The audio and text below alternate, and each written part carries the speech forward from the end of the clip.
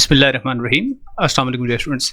Second year के students के लिए इससे पहले केमिस्ट्री का जो पीबीए आपका होना है उसकी वीडियोस मैं कुछ बना चुका हूँ, बल्कि सेक्शन ए की हमने एक लाइव स्ट्रीम में तमाम एक्सपेरिमेंट्स के बारे में ही कुछ इंपॉर्टेंट बातें मैंने आपको बताई थी। और मैंने आपको कहा था कि सेक्शन बी के लिए इंशाल्लाह वीडियोस बनाऊंगा, बल्कि इससे पहले एक दो वीडियोस बना भी चुका हूँ, जो रह गए थे उनकी अब इंशाल्लाह ये वीडियोस होंगी। तो एक बहुत इंपॉर्टेंट प्रैक्टिकल है सेक्शन बी में, विच इज़ प्रिपेयर आयोडोफॉर्म। ये मैं 2-3 रोज़ से ही कोशिश कर रहा था कि इसकी वीडियो अपलोड हो जाए, लेकिन थोड़ा सा मैं बिजी था, इस वजह से ये अपलोड नहीं हो सकी थी। तो आयोडोफॉर्म की प्रिपरेशन का क्वेश्चन जो है ये आने का बहुत चांस है इस दफ़ा। और द रीज़न बी कि इसमें एक तो एक्सपेरिमेंट्स, इसकी इक्वेशन, जो केमिकल्स यूज़ हो रहे हैं, ये इनसे रिलेटेड क्वेश्चन जो है वो बहुत इंपॉर्टेंट है। तो सबसे पहले आपने याद रखनी है ये चीज़ें, पेपर में एज इट इज़ ही यही पूछा जा सकता है कि केमिकल्स कौन से रिक्वायर्ड है। प्रेटिस इतना ज़्यादा नहीं है, प्रेटिस हो सकता है डायग्राम आ जाए और डायग्राम से आपको आइडेंटिफाई करना पड़े। तो round bottom flask I think आप आसानी से आइडेंटिफाई भी कर सकते हैं, ट्राइपॉड स्टैंड और बर्नर वगैरह। लेकिन इसके जो केमिकल्स हैं, अब केमिकल्स में ये प्रिपेयर होता है यूजुअली इथाइल अल्कोहल से, एथेनॉल से। एथेनॉल के साथ हम कोई बेस यूज़ करते हैं, तो बेस सोडियम हाइड्रोक्साइड हो सकती है या बाज़ औक़ात सोडियम कार्बोनेट भी। बल्कि मैंने इसको जब परफॉर्म करने की लैब में कोशिश की थी तो सोडियम कार्बोनेट से भी इसके क्रिस्टल्स जो है वो आसानी से बन गए थे। उसके बाद आयोडीन के क्रिस्टल्स चाहिए होंगे हमें और डिस्टिल्ड वाटर चाहिए होगा। नेक्स्ट जो इंपॉर्टेंट चीज़ है वो इसकी केमिकल इक्वेशन है। आपको केमिकल इक्वेशन डिफरेंट नोटबुक्स में डिफरेंट नज़र आ रही होंगी। जो मैंने अभी ये इक्वेशन लिखी है, this is for sodium hydroxide. Sodium carbonate के साथ थोड़ा सा डिफरेंट प्रोडक्ट्स बन जाएंगे, लेकिन अगर इथाइल अल्कोहल हो, आयोडीन क्रिस्टल्स हो और सोडियम हाइड्रोक्साइड हो तो यूल गेट आयोडोफॉर्म। और आयोडोफॉर्म के साथ एक सोडियम का सॉल्ट बनता है, अभी थोड़ी देर में देखते हैं। सोडियम आयोडाइड बनता है और वाटर वेपर्स भी साथ रिलीज होते हैं। अब इसमें प्रोसीजर भी लिखने को आ सकता है 1-2 नंबर का, तो इसलिए प्रोसीजर ये मैंने लिख भी दिया है और साथ साथ ये आपको वीडियो में सामने नज़र भी आ रहा होगा। तो सबसे पहले हम लेंगे 100 ml डिस्टिल्ड वाटर लिया मैंने। उस डिस्टिल्ड वाटर में जो भी गिवन बेस है, यानी सोडियम हाइड्रोक्साइड है या वो कार्बोनेट है सोडियम का, उसको मैंने ऐड किया। उसको अच्छी तरह स्टेयर किया, स्टेयर करके उसकी एक सोल्यूशन बना ली। इसको फिर मैंने हीट करना शुरू किया और फिर हीट करते इसका टेम्परेचर 60 डिग्री सेल्सियस तक लेकर जाना है। यानी इसको कॉन्स्टेंटली हीट करना है, वाटर बाथ में हीट करना है, बिकॉज इसमें थोड़ी देर में अल्कोहल डालेंगे तो अल्कोहल जो है वो अगर डायरेक्ट हीटिंग होगी तो उसके बर्निंग का खतरा होता है अल्कोहल के साथ। तो हम इसलिए इसको वाटर बाथ में हीट करते हैं। 60 डिग्री सेल्सियस जब टेम्परेचर हो जाता है, फिर इसमें 20 ml इथाइल अल्कोहल जो है वो ऐड किया है।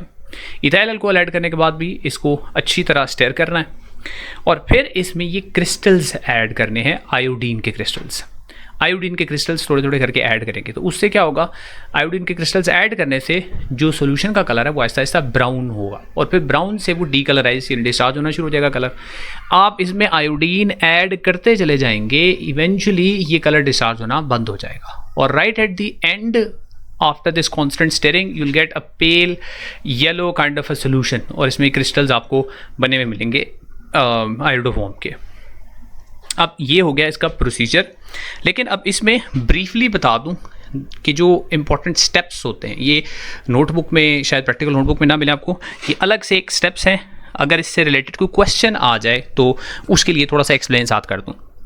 इसमें बेसिकली 3 स्टेप्स होते हैं। पहला स्टेप होता है एथेनॉल की ऑक्सीडेशन होती है, तो I write the steps now at the bottom. Step number A, पहला स्टेप होता है ऑक्सीडेशन एथेनॉल की, ऑक्सीडेशन ऑफ एथेनॉल या इथाइल अल्कोहल, और वो ऑक्सीडाइज होकर बनता क्या है, एसिटल्डिहाइड बन जाता है। Oxidation of ethanol into acetaldehyde. Ethanol जो है वो जब ऑक्सीडाइज होगा और एसिटल्डिहाइड बनेगा, CH3CHO बन जाएगा। चलो लिख ही देता हूँ, एसिटल्डिहाइड विच इज़ CH3CHO, ये फॉर्म होगा। ठीक है, ये होती है इस वजह से कि आयोडीन जो है वो एज ऑक्सीडाइजिंग एजेंट एक्ट करने लग जाता है और जो बेस हमने यूज़ की है वो कैटालाइज करती है इस रिएक्शन को और एथेनॉल की ऑक्सीडेशन हो जाती है। ऑक्सीडेशन के बाद जो दूसरा स्टेप होता है, दूसरे स्टेप में होता है जी आयोडाइजेशन। आयोडाइजेशन में क्या होगा, जो एसिटल्डिहाइड है ये मज़ीद आयोडीन के साथ रिएक्ट करता है। Acetaldehyde reacts with iodine. चलिए ये भी लिख देता हूँ कि ये चलो उसका फॉर्मूला ही लिख देता हूँ। CH3CHO का रिएक्शन होता है किसके साथ? आयोडीन के साथ। और प्रोडक्ट क्या बनता है? प्रोडक्ट बनता है ट्राई आयोडो एसिटाल्डिहाइड, यानी CI3CHO बन जाता है। यानी अब प्रोडक्ट में लिखें CCI3 और साथ HO लिखते हैं। ये है ट्राई आयोडो एसिटाल्डिहाइड।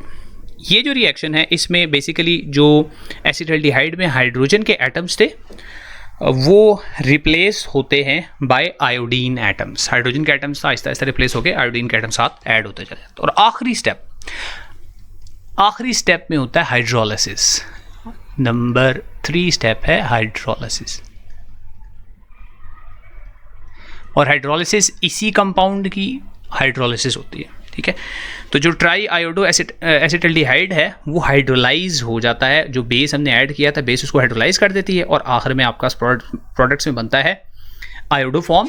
यानी यहाँ पे प्रोडक्ट्स अगेन लिख दूँ, आखिरी प्रोडक्ट है iodo form.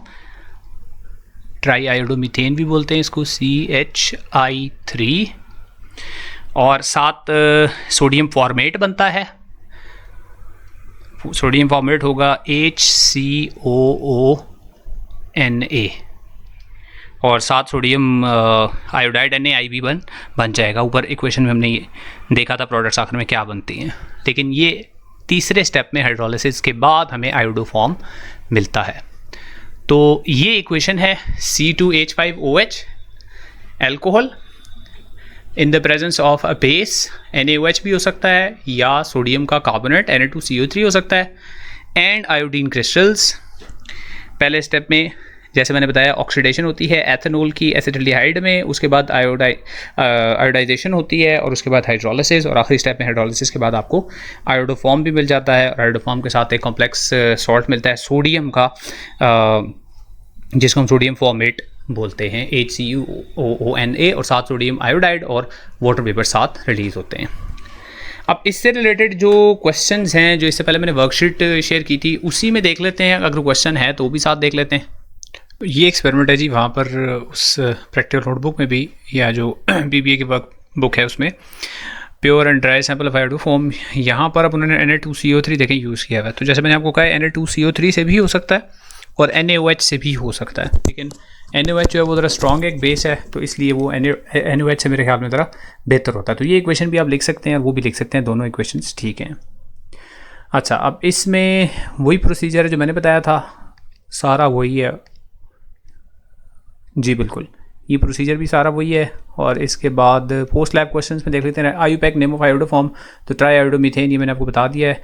How iodoform crystals can be washed, wash करने के लिए कोल्ड वाटर यूज़ करते हैं। What is the importance of this reaction, तो इससे हम आइडेंटिफाई कर सकते हैं primary alcohols, methyl ketones and acetaldehyde को। यानी ये एक स्टेप आगे है इससे कि इसका मकसद क्या है। आगे चलते हैं, इससे रिलेटेड क्वेश्चंस देखते हैं। ग्लूकोसिजोन का अभी मैंने प्रैक्टिकल की वीडियो बनानी है इंशाल्लाह। इससे रिलेटेड क्वेश्चन जो है वो ये है, give experimental procedure for the synthesis of iodoform. ये पूरा जो प्रोसीजर भी मैंने बताया है वही है, देखें दो नंबर का। तो ऐसा भी पेपर में आ सकता है, सिर्फ केमिकल्स या सिर्फ प्रोसीजर या डायग्राम विद केमिकल्स आ सकता है। और फिर है इसमें what is the colour of nickel dimethyl glyoxime and iodoform. Iodoform का भी फिलहाल देख लेते हैं, ये येलो कलर होता है इसका, इसके जो क्रिस्टल्स होते हैं येलो कलर के होते हैं। ये इससे रिलेटेड एक ही आई थिंक क्वेश्चन था, हाँ जी एक ही था। तो अभी के लिए इस वीडियो में ये वाला एक्सपेरिमेंट, और इंशाल्लाह जल्दी अभी ग्लूकोसिजोन वाला है, ये नेक्स्ट वीडियो में आपके लिए इस एक्सपेरिमेंट से रिलेटेड क्वेश्चंस और प्रोसीजर सब कुछ अगली वीडियो में इंशाल्लाह। अगर आपने इससे पहले सेक्शन ए की वीडियोस नहीं देखी तो अलग अलग वीडियोस भी हैं, और ये पूरी आपके सामने स्क्रीन पे आ रही है। लाइव स्ट्रीम मैंने जो की थी ये काफ़ी लंबी है, लेकिन आप इसमें से कुछ पोर्शन जो है वो देखकर इंशाल्लाह आपके लिए हेल्पफुल होगा। सॉल्ट एनालिसिस आसानी से सीख सकते हैं। और बाकी इन तमाम एक्सपेरिमेंट्स की मैंने एक प्लेलिस्ट बना दी है, और उस प्लेलिस्ट में ये सारे केमिस्ट्री वाले ऐड कर दिए, फिजिक्स वाले भी अलग से प्लेलिस्ट बनाई हुई है। तो चैनल पे आप जाके वो भी सर्च करके देख सकते हैं। फिजिक्स वाले भी तैयारी वहाँ से कर सकते हैं, और केमिस्ट्री वाली फिजिक्स से भी जो रह गए हैं 1-2 माइनर वो इंशाल्लाह करवा दूंगा। फिजिक्स वालों में भी दिन भी हैं, केमिस्ट्री का पहले है PBA, इसलिए ज़रा केमिस्ट्री की पहले वीडियोस अपलोड कर रहा हूँ। तो see you in the next video then इंशाल्लाह।